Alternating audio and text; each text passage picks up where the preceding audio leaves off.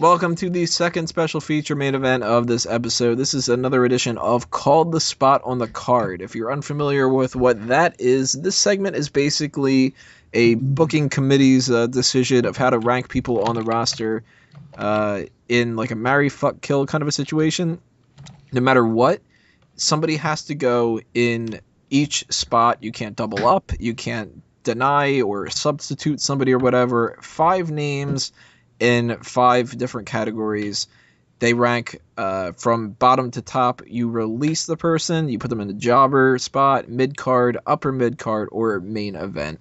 Pretty self-explanatory after that little discussion. I don't think I need to go much further than that. So this edition is keeping up this whole Valentine's Day thing going, and I figured let's do some comedic characters that have gone through the idea of being ladies' men in WWE.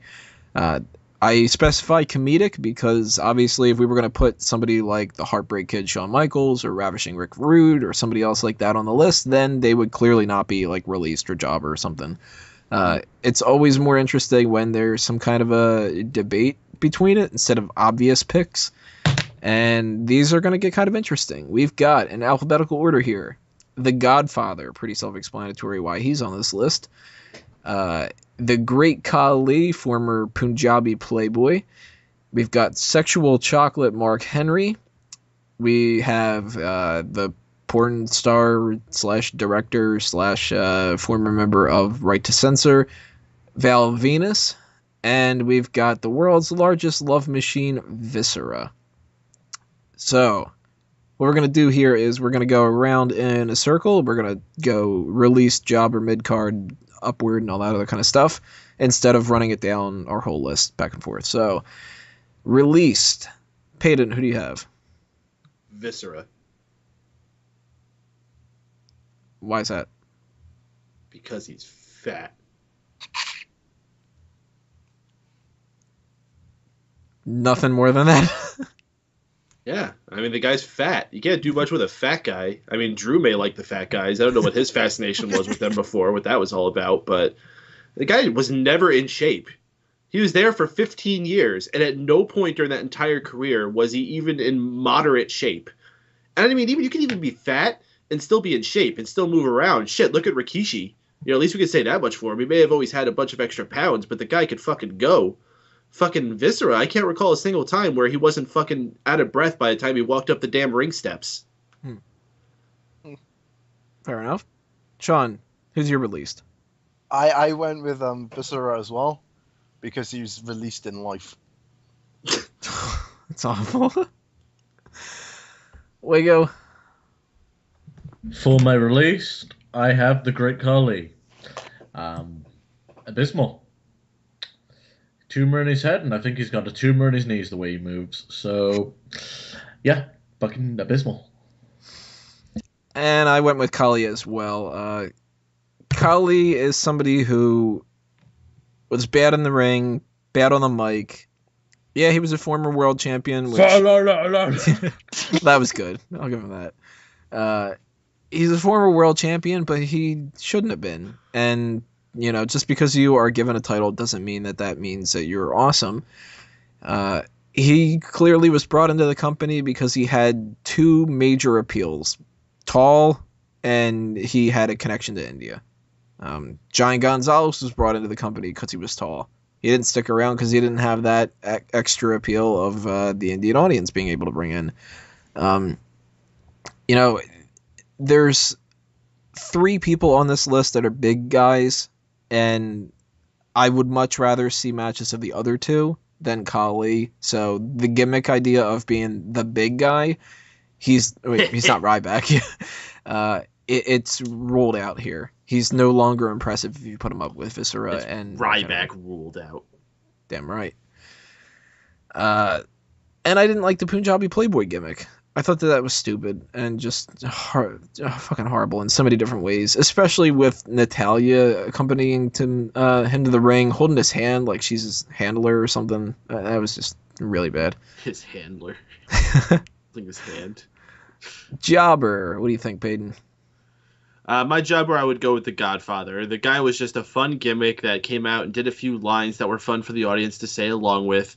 but in the end, he never really brought anything all that great into the ring. I mean, the guy, to his credit, this is a guy who stuck around with the company for a long time, was a company guy, always did right. I don't think he was ever a Always guy did who right. went to, yeah. I don't think he's a guy who ever went to WCW, did he?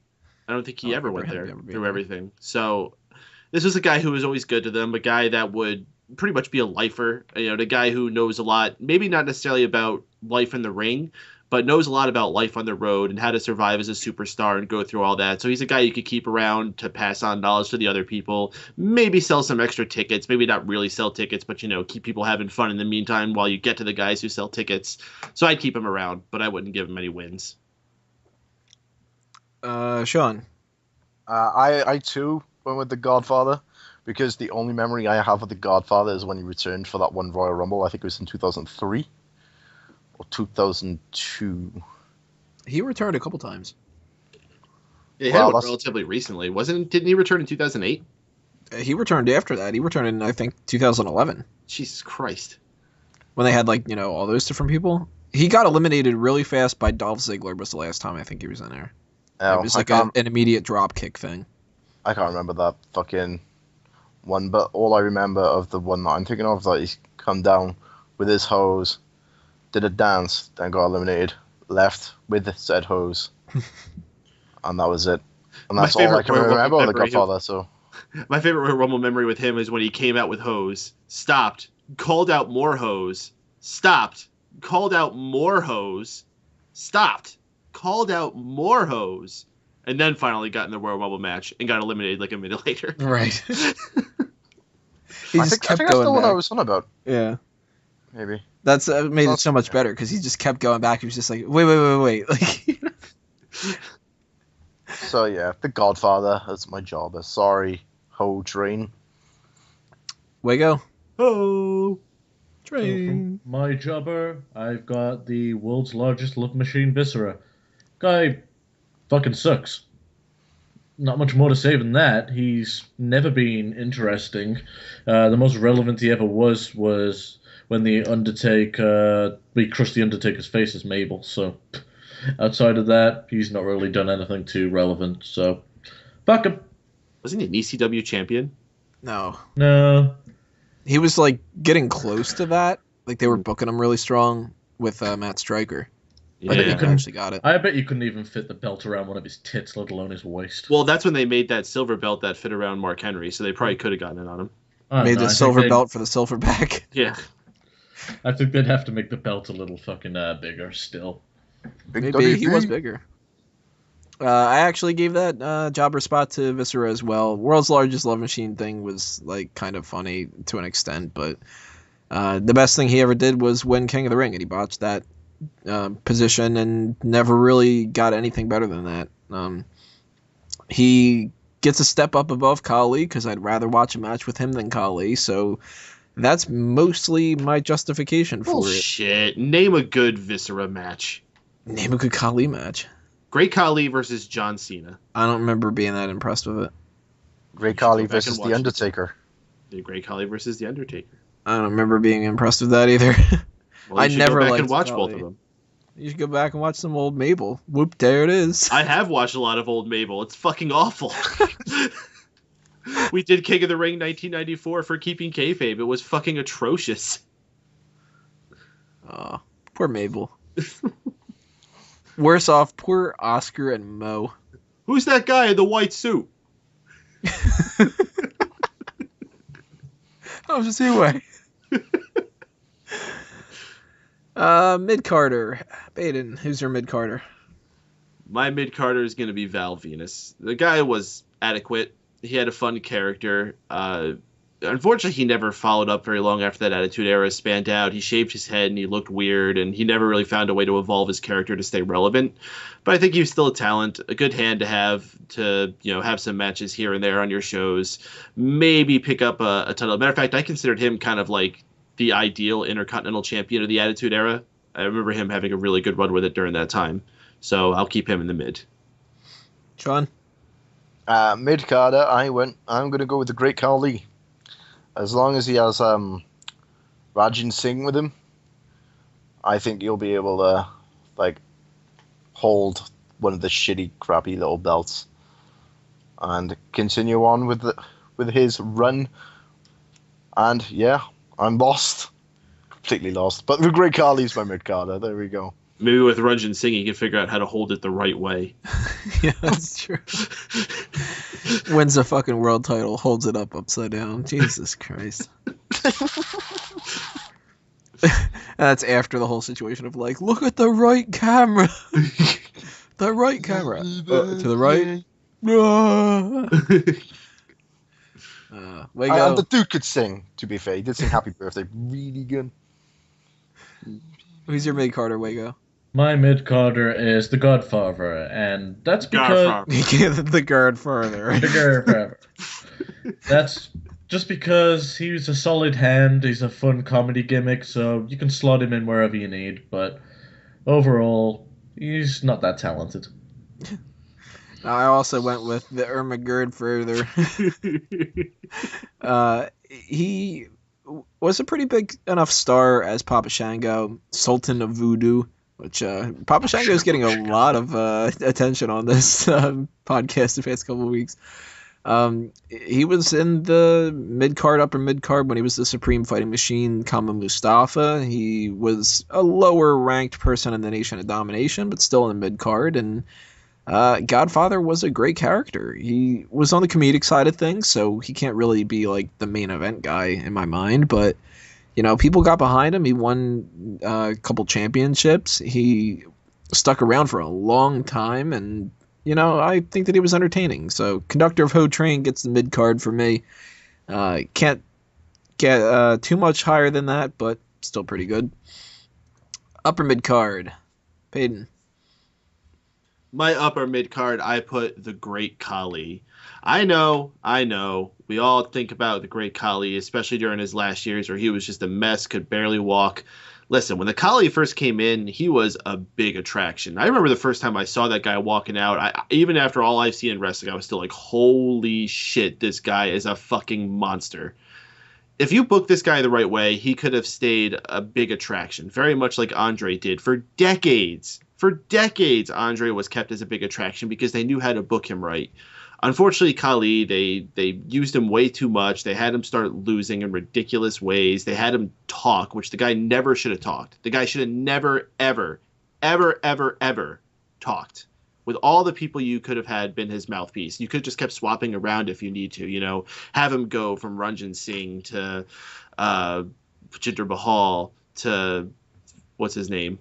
The Muhammad Assad guy. Davari. You know, have him swap between all these guys. That's fine, but never, ever had let him talk on his own. That was the biggest mistake they did with Khali. He's a guy who could have been money, honestly. And you guys referenced him to Giant Gonzalez before. You know, hate on him all you want, but that's a guy who came in for a big storyline and was set up for as a big challenger against The Undertaker when Undertaker already was a big deal for them. You know, they were already centering storylines around the fact that this storyline exists because it's what The Undertaker is doing. Not because there's a title, not because there's whatever else. It's just what The Undertaker is doing, and it's relevant because of that. So I'll keep Khali up there if he's booked right. Way go. For my upper mid-card, I've got Val Venis, and that's mainly for the reason that I watched a lot of his heat matches. The guy is actually very good in the ring, and I don't think he gets a fair shake in that response. So, share fake. So yeah, Val Venis, I think, is a talented hand. Looked a bit funny when he shaved his head, but the guy had a great look as well. And he was entertaining on the mic. He always used to have a lot of golden lines, so I'm a big fan overall. Sean, who is your upper mid-carder? Mark Henry. Sorry about that. That's a good argument. Because I'm not a fan of Mark Henry. The only thing that stands out to me is when he cried and said he was retiring. That was awesome. That was the only good thing he's ever done for me, and that's why he's my upper mid. So that one thing beats out all the other people except for one. Yep. One promo. There you go. That shows you how great your careers were, Khali and Viscera and all them. I am going with Val Venis. I think that he was a solid person for the mid card and could have gone a little bit higher if they had booked him at a different time period, maybe in different ways here and there. Of course, he wasn't going to be a main event star when you had Triple H and Austin and The Rock and Jericho and, all these other kind of people. But well, there's no way you're going to be a main event star when you had your PP choppied. That's true. You're only half a man at that point. Yeah. But you know what? Like, he had the Intercontinental Championship twice, European title once. He was a tag champion with, I forget who, but he won it with somebody. Not Storm. Probably Kofi Kingston. Probably. Lance Storm, is it? Huh. Yep. That's why I don't remember it, because Lance Storm's so forgettable. If we're talking about these gimmick kind of things, like tying these guys together in this whole, like, I'm the ladies' man kind of a thing or something like that, the guy was a fucking porn star character, and that was really a step in an odd direction that might not have gotten over, and it did. He fucking called his finisher move the money shot. That is awesome. And he had the big package, so Seth Rollins should be jealous of that signature move. But he was a guy that I think was better than the Godfather in the ring, and since I gave Godfather the mid-card spot, by default, I kind of have to give Val Venis the upper mid-card. Good enough in the ring, good enough on the mic, good enough character for him to stick around and that kind of stuff. And he's in his 40s right now, and the last time that I had seen him wrestle, he was still pretty damn good, kind of in a Goldust kind of situation. So kudos to the big Valboski for that one. And main event, Peyton.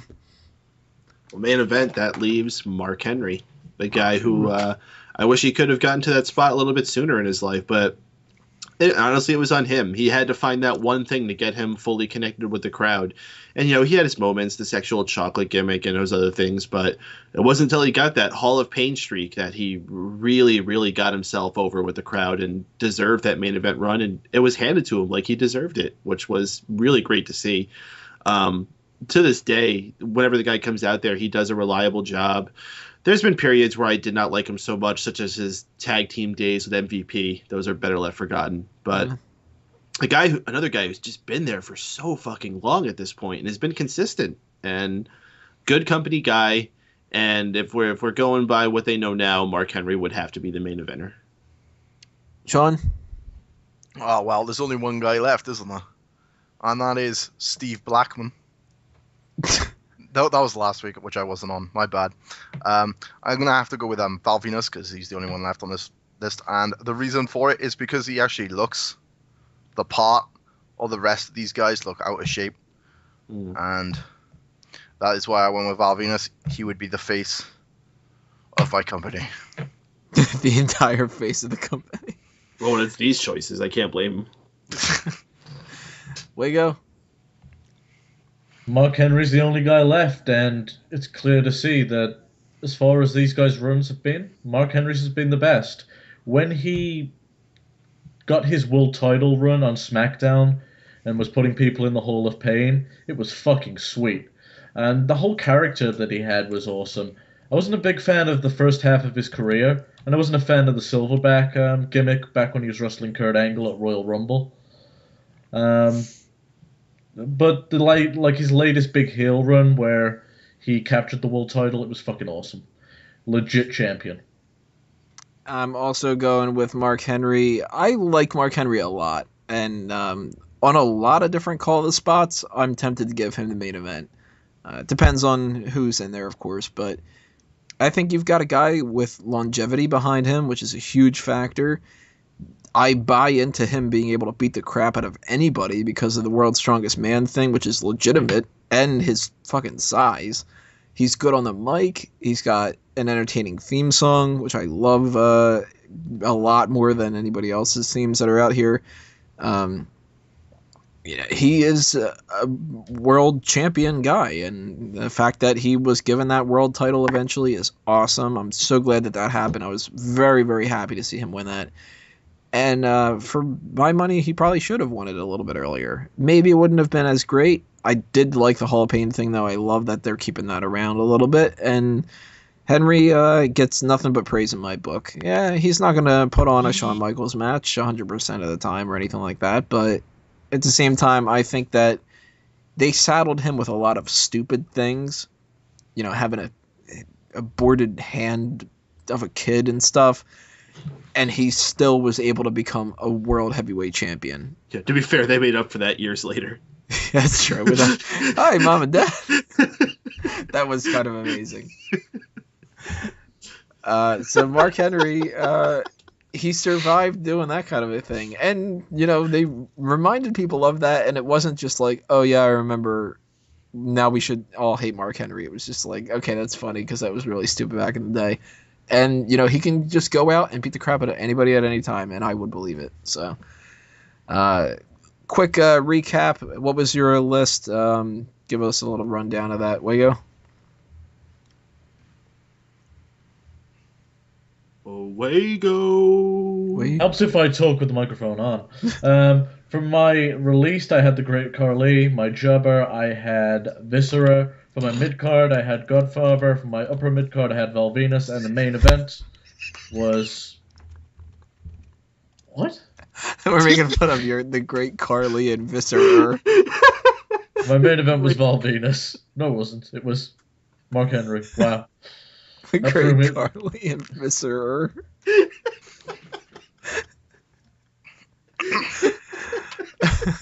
What was your list, Sean? The Viscera was the Viscera. Yeah, Viscera was the one who was released because he was released from life. Godfather was the jobber because I can't remember any of his matches. Great Khali is the Great Khali. Mark Henry for the one promo was my upper mid card, and Val Venis, I think of his name, was my number one guy because he's got the physique and all the rest look fat and out of shape. And Peyton, what was your list? Released was Big Tits. Jobber was Godfather. Mid card was Val Penis. Upper mid is the Great Khali, and main event was Mark Henry. And mine was releasing Khali, Jobber Viscera, mid card Godfather, upper mid card Val Venis, main event Sexual Chocolate Mark Henry. Tell us what you guys would rank these people in the comments below, or on smarkoutmoment.com if you're listening on iTunes and Stitcher. And we are going to do our Fantasy League trades and updates in the next part, so stay tuned. Click on that next video. You know the deal by now. Go ahead and do it.